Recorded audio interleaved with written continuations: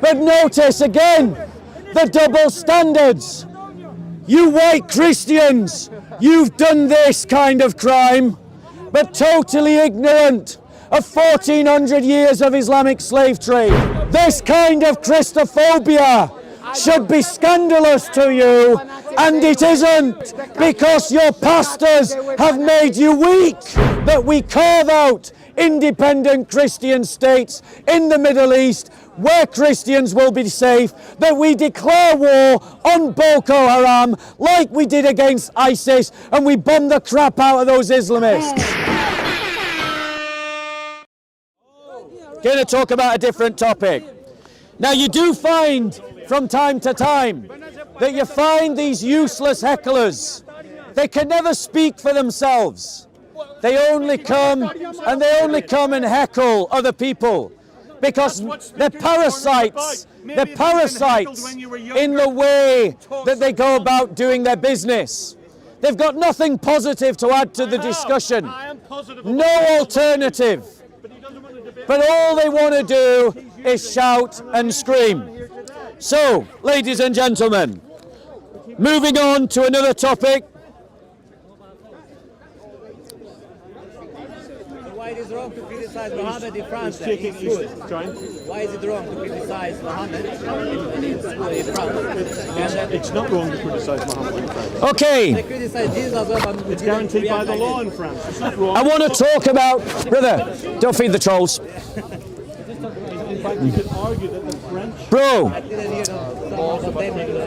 I want to talk about a myth that lots of people are spreading in the park. Put your hand up if you've heard people say that Christianity is a dying religion. It's dead already. We're post-Christian. It is a mantra. It is a mantra that we have heard by Muslims in the park that Christianity is a dying religion. Now, ladies and gentlemen, I want to show to you that parasites like this guy, who just come and heckle because no one will listen to him if he goes and speaks anywhere, are wrong. And Muslims who tell you that Christianity is a dying religion are wrong.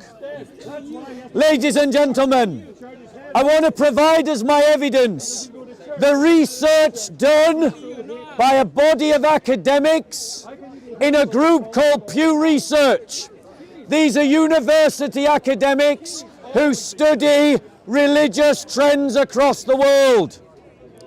And this is what they say in an article and a report called Global Christianity, a report on the size and distribution of the world's Christian population.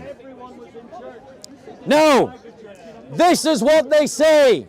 And I want you to remember this, ladies and gentlemen, the next time you hear a Muslim say that Christianity is dying. They say this: the number of Christians around the world has nearly quadrupled in the last 100 years. Everybody say quadrupled. Quadrupled. Say it like you're on a pair, guys, because this heckler will shout. So everybody say quadrupled in the last 100 years. From about 600 million in 1910 to more than 2 billion in 2010. But the world's overall population has also risen rapidly from an estimated 1.8 billion in 1910 to 6.9 billion in 2010 as a result.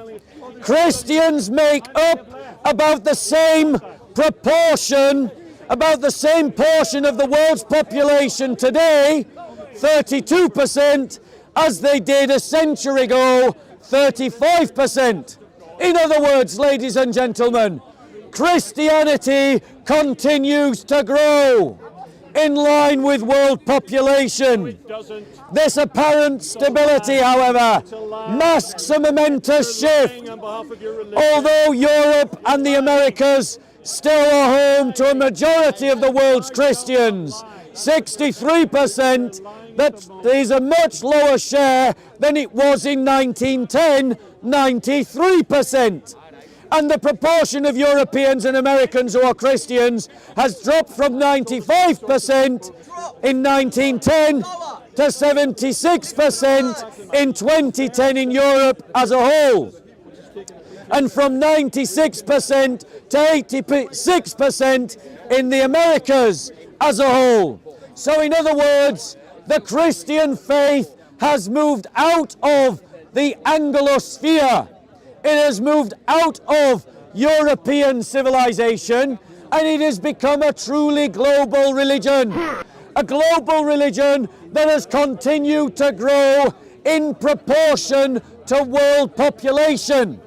Now, ladies and gentlemen, we have to recognize the point of my parasite here, which is that there has been a great apostasy in Europe. There has been in Western Europe a massive falling away from the Christian faith. But what the Muslims don't realize is that there has been a revival of the Christian faith in Eastern Europe, in Poland and Romania and Hungary and Ukraine and Russia and the Czech Republic and Greece and Serbia. The Christian faith continues to grow. And what is the main driving force of the growth of any religion? It's birth rate. Islam is the fastest growing religion because of birth rate, not because of conversion. The fastest growing religion by conversion, according to Pew Research, which acknowledges that Islam is the fastest growing religion by birth rate, the fastest growing religion by conversion is Christianity. The Christian faith is the fastest growing religion by conversion. However, we need to look a little deeper, brothers and sisters, because that growth rate is mainly in Africa. It is mainly in Africa because of the massive growth of Pentecostal churches and the higher birth rates amongst Christian families in Africa compared to anywhere else. We Christians cannot assume that the current trend will continue. There is no reason to assume that it will. And we as Christians must galvanize ourselves to deal with the real problems that the church faces. And what are those real problems? Not how we deal with the question of the transvestite community, as the Lambeth Conference obsesses about. Not whether we should have the Latin or the vernacular Mass, as obsessed about by traditional Catholics, but whether we are creating families in our fellowships in the West. That's one of the most fundamental questions that is challenging the Western Church. Secondly, the fact that we Christians are spending too much time, too much energy, and too much resources fighting one another rather than evangelizing the West, its culture and its people. As someone who does evangelism, I can tell you from my first-hand experience that if you do, keep your hands off other people's property. Well, it's recording me. I don't want to be recorded. Well, stand off camera then. No one's forcing you to stand there. Don't want to be recorded. Ladies and gentlemen, the parasite. Unfortunately, ladies and gentlemen, our parasite here is now. Let's put him on camera. Now's your chance to debate. Why is he talking to a parasite? Come here. Do you want to debate? Let's debate him. So, Camera. No, I'm not doing it on camera. no, we are doing it on camera. No, we're not. Yeah, we are. Yeah, we are. We're doing it on camera. He's filming me. you, we're not. Go on. Fuck So you, we're debate not. me now. No, I'm not Debate me now. things for you. You don't want to debate me now. There you go. Ladies and gentlemen. Listen to you, man. Enjoy what you're saying. Forget about people like that. Okay. We won't be blurring his face, by the way, ladies and gentlemen, because we want everyone to see the parasites in the park. So, ladies and gentlemen, we Christians need to unite, and we need to recommit ourselves to evangelizing non-Christians. Because when we Christians rediscover our unity and our commitment to evangelism, evangelizing the individual and evangelizing the culture, we'll begin to create a groundswell, a shift in the West. But until we Christians revive ourselves, we can't expect the Western Church to revive, which means that it is the responsibility of all of you, my brothers and sisters, to get your fellowships into shape, to deal with the real problems and to stop fighting over the stupid ones, because it is a sign of the Western Church's irrelevance that we obsess about the trivial and not the significant. And we need to rediscover what's significant.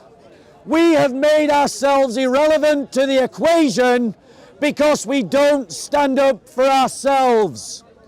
And the first job of the church is to secure its own rights and its own abilities to practice its religion.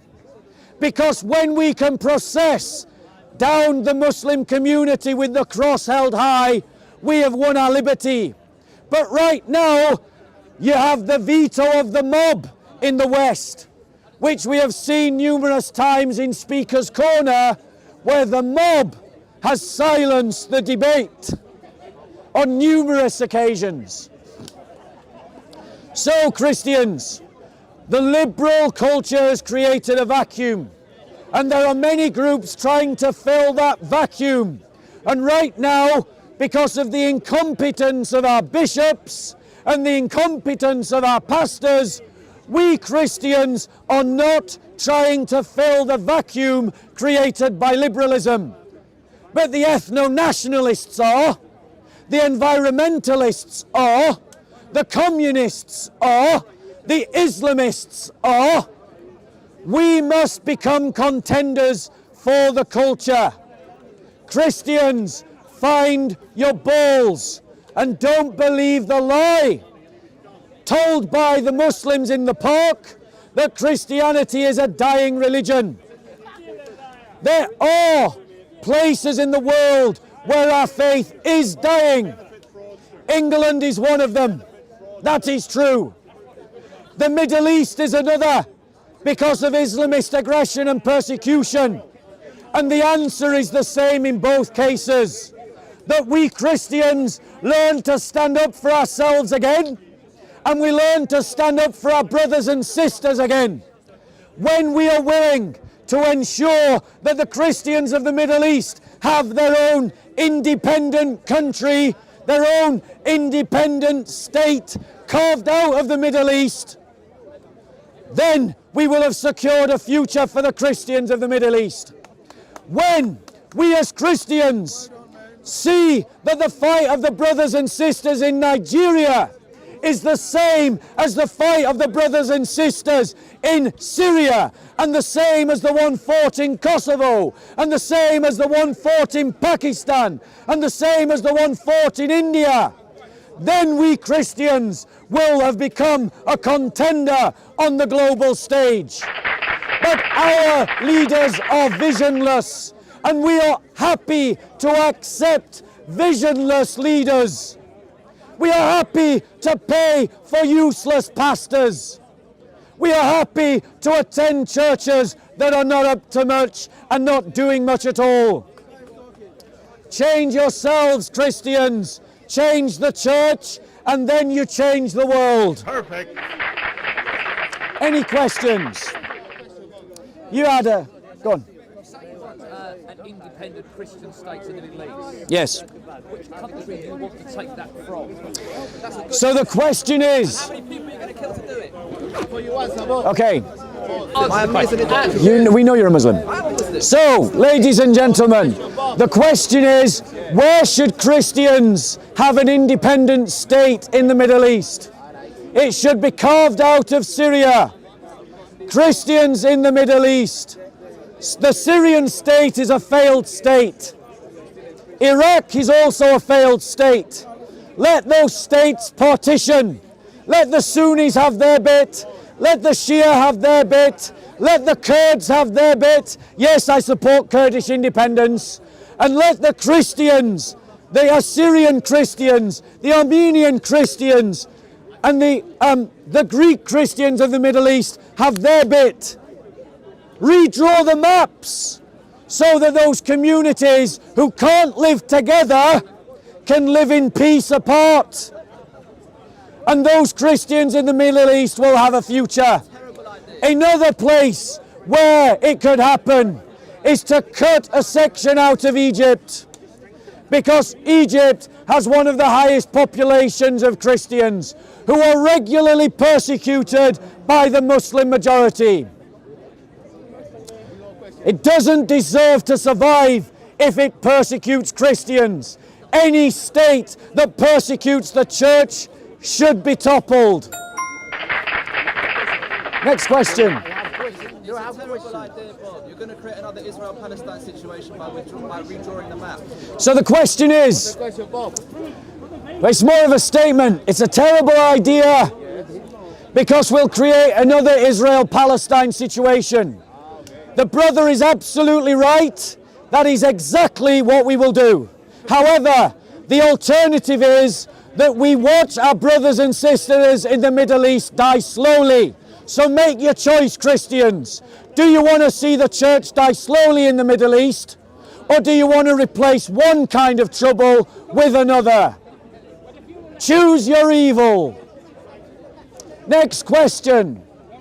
How many people are you planning to kill to implement your idea? By someone else. No one else wants to question you. Then I'll move on to my next topic. Why? Don't have an answer.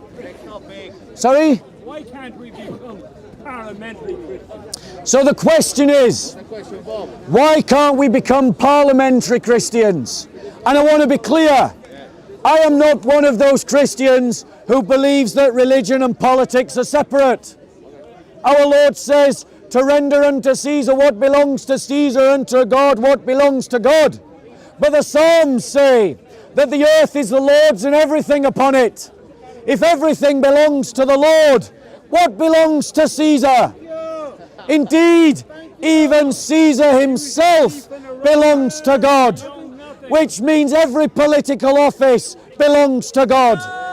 And so Christians should be involved in politics, working from a Christian political narrative towards Christian political goals, of which the cessation of the violent persecution of Christians is the first principle of Christian politics. Perfect.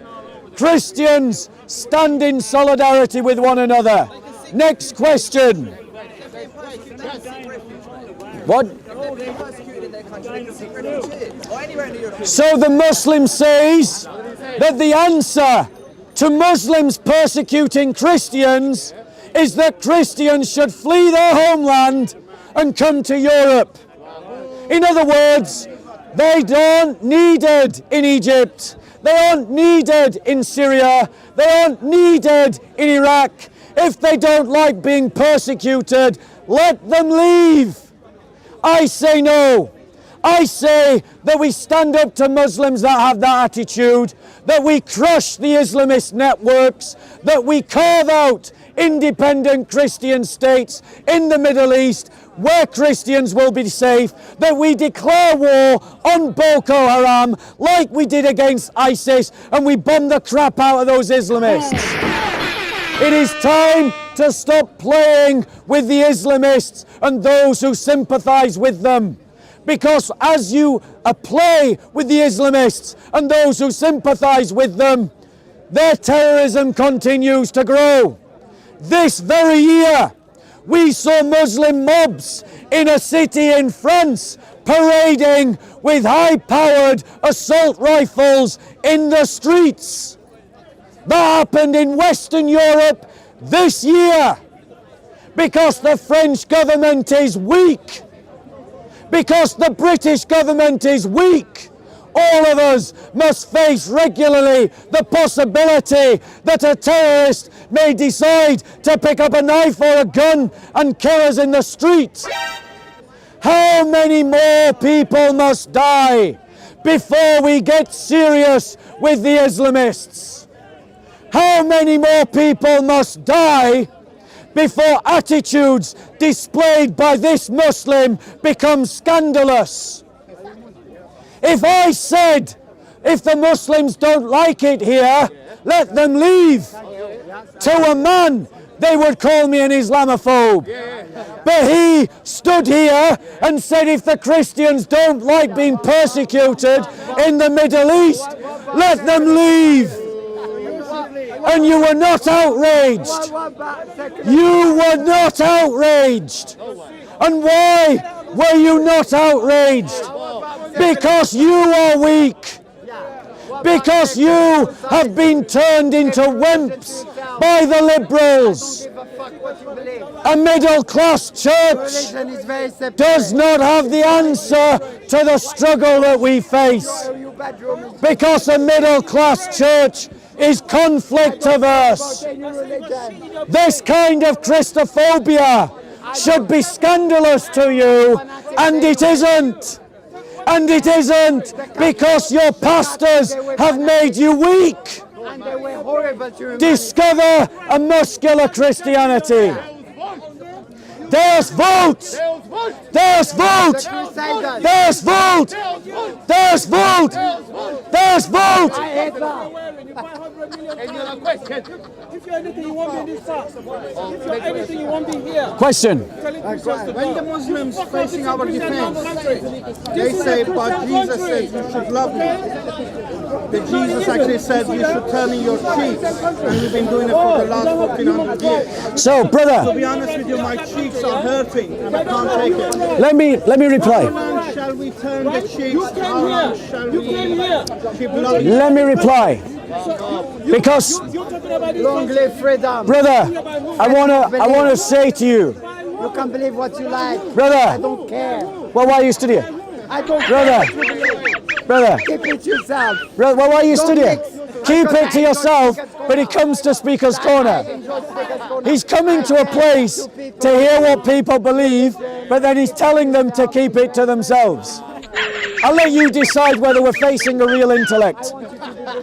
But let me answer the brother's question. Comedy show is Let me, in Camden. brother, Comedy show in Camden. brother. By the way, it's your time. Okay, guys, if you want to listen to him, stay here.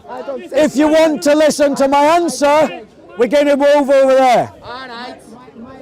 Mind yourself, mind yourself. Sorry.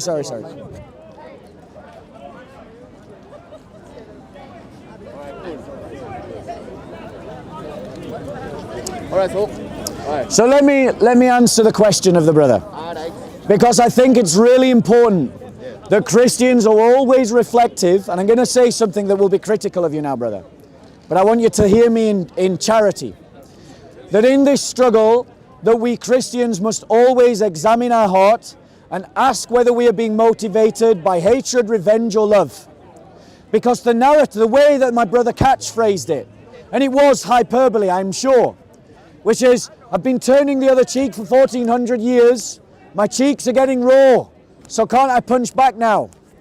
Well, I would say that we Christians must continue to turn the other cheek. But turning the other cheek is not the same as pacifism. Turning the other cheek is not the same as apathy.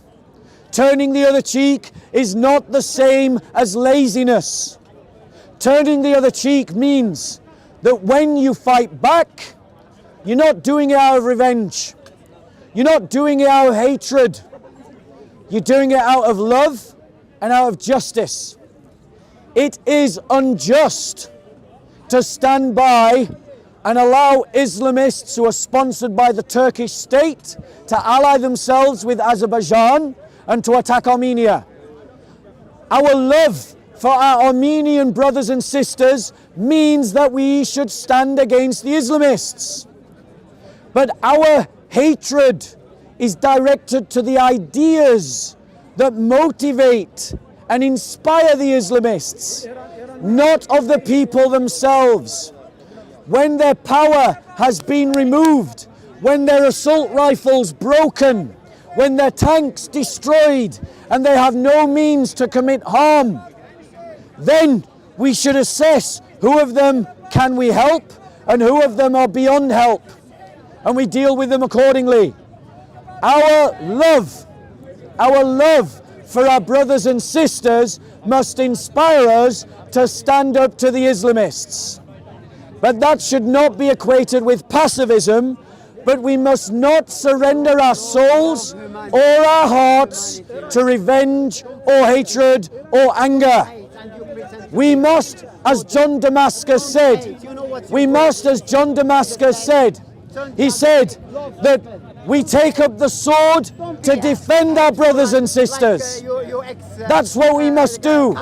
We must be motivated by love. Why have you come here? Why have you come here? I have the right to come here. You do, but I'm free. unfortunately, ladies and gentlemen, I pay taxes. unfortunately, ladies and gentlemen, right, go on. Why you here? I'm sure you pay taxes. I don't have very much. Sorry, let me just deal with his question. Sorry, can you go back 2 minutes? Can you spread out by 2 minutes, please? Listen, my friend. No, go on, I go on. come from Cordoba. My origin. I'm from Cordoba. I can prove it. What the Catholic Armenia. did to my people. They kicked the Jewish and the Muslim out from their homeland. Listen to proper stuff, yeah? Nagorno-Karabakh? Nagorno-Karabakh is within the borders of Azerbaijan. So what's wrong with them trying to take their own country back? So the question is, guys, there's no need to move in because I'm always going to repeat the question. Yeah, we need to spread out, guys, or the police will just move us away. Spread out, please. What's the question, Bob? So the question is, what's wrong with Azerbaijan attacking territory that is legally its own? Well, I wonder if he felt the same way when the Serbians were attacking territory that was legally their own. Except that then the minority that was being persecuted was Muslim. I wonder if he felt the same when the Burmese government was attacking the territory that was their own, and the Rohingya Muslims were forced out of their lands. Why? Because they were Muslim. We see the liberals have this double standard all the time. The fact of the matter is, Artsakh, as the Armenians call it, the disputed area of our greater Armenia, is ethnically Armenian. The majority of the people there are Armenian. And they did not want to be part of Azerbaijan when the Soviet Union collapsed.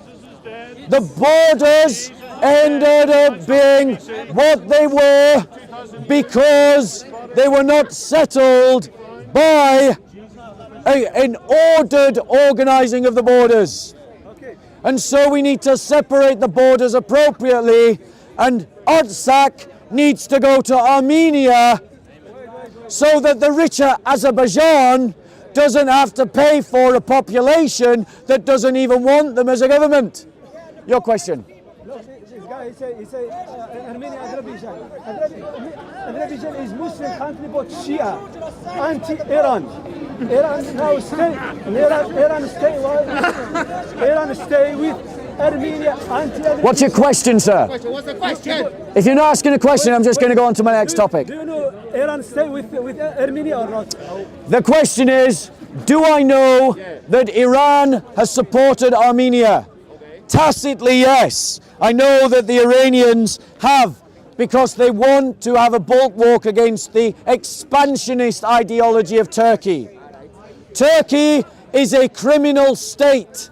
It is like the Third Reich today.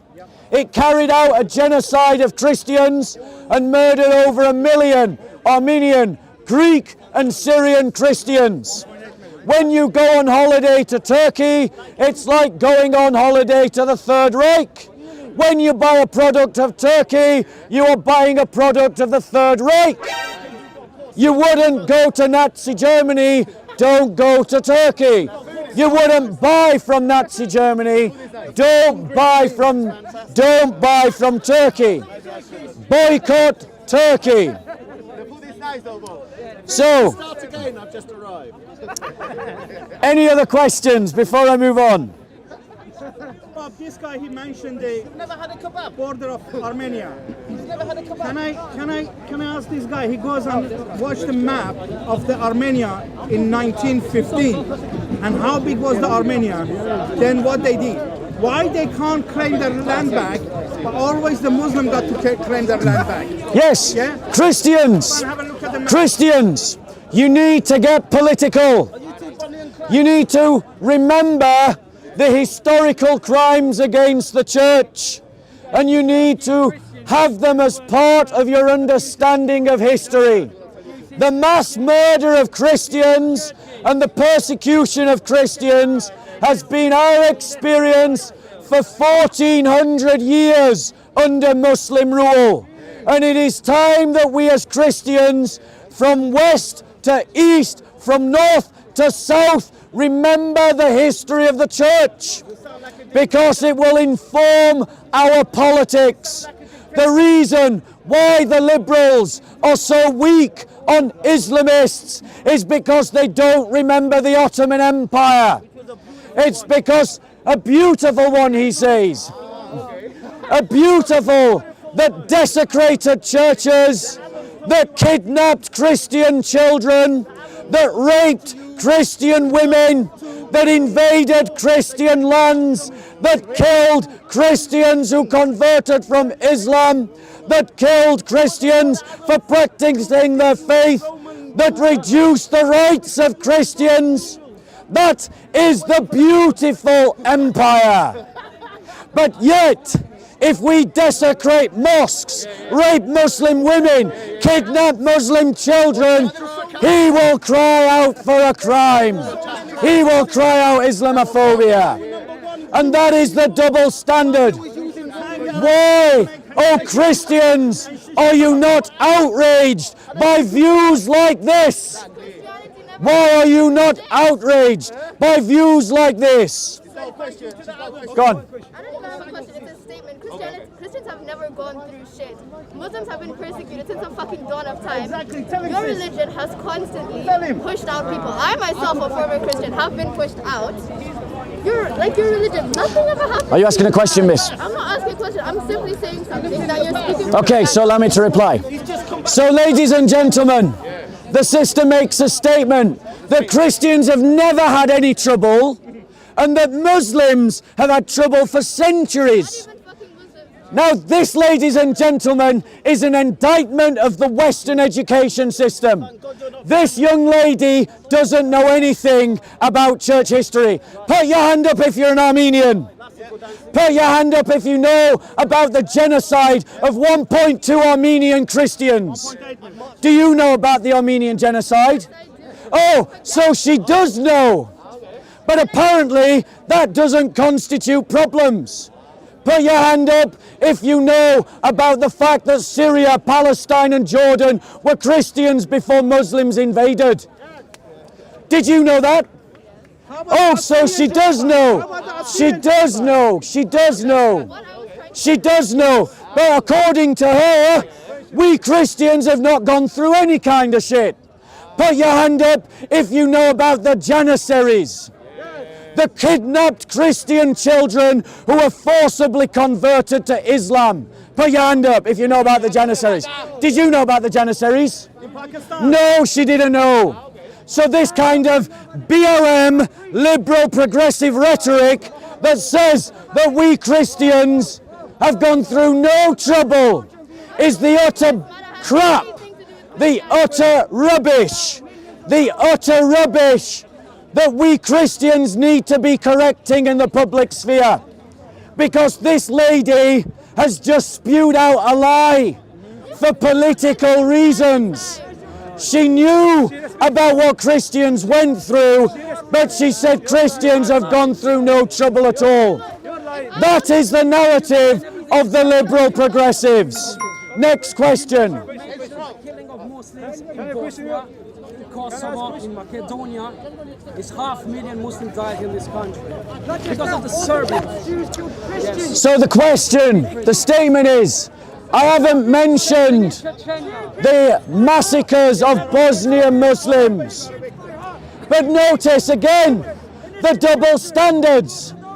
You white Christians, you've done this kind of crime, but totally ignorant of 1400 years of Islamic slave trade, totally ignorant of genocides carried out by Muslim empires, totally ignorant of invasions of lands that were not their own by Muslims empires. Ladies and gentlemen, one second, wait your horses. 1 second. Christians, we need to be correcting these kinds of narratives, because if we don't tell our history, other people will tell our history for us. And that is what they are doing. You came to my land, and we, the continent, Europe. 400 Go and you came from debate him. Saudi Arabia, Go and debate him. Right? You came from Saudi Arabia. So, We didn't question. come from Saudi Arabia. Do you know 460 years. Georgia is Christian country. Right? Turkey supports the Georgia. Do you know this one? Always a victim. So the question is, What's the question? do I know that Turkey is supporter of Georgia? Yes, I do actually know. And I also know why. It's because Turkey and Russia are regional opposites. They are regional adversaries. And they are playing a game of chess between one another, and the Caucasus is the chessboard. The Armenian, Azerbaijani and Georgian states are the chessboard upon which Turkey and Russia are playing geopolitics. Christians, that is the problem with nationalism. When Orthodox Russia is willing to sell Orthodox Armenia under the bus, Orthodox Georgia under the bus, it is because they are working to a nationalist politic rather than a Christian politic. And that is why Christians need to rediscover a Christian politic, so that Russian Orthodox, Armenian and Georgian stand together against an Islamist government in Ankara that is hell-bent on re-establishing an Ottoman Empire that invaded Christian lands, enslaved Christian children, forcibly converted Christian people, raped Christian women, desecrated Christian churches, and you were not taught any of that at school. No, next question from someone else. From someone else. No one.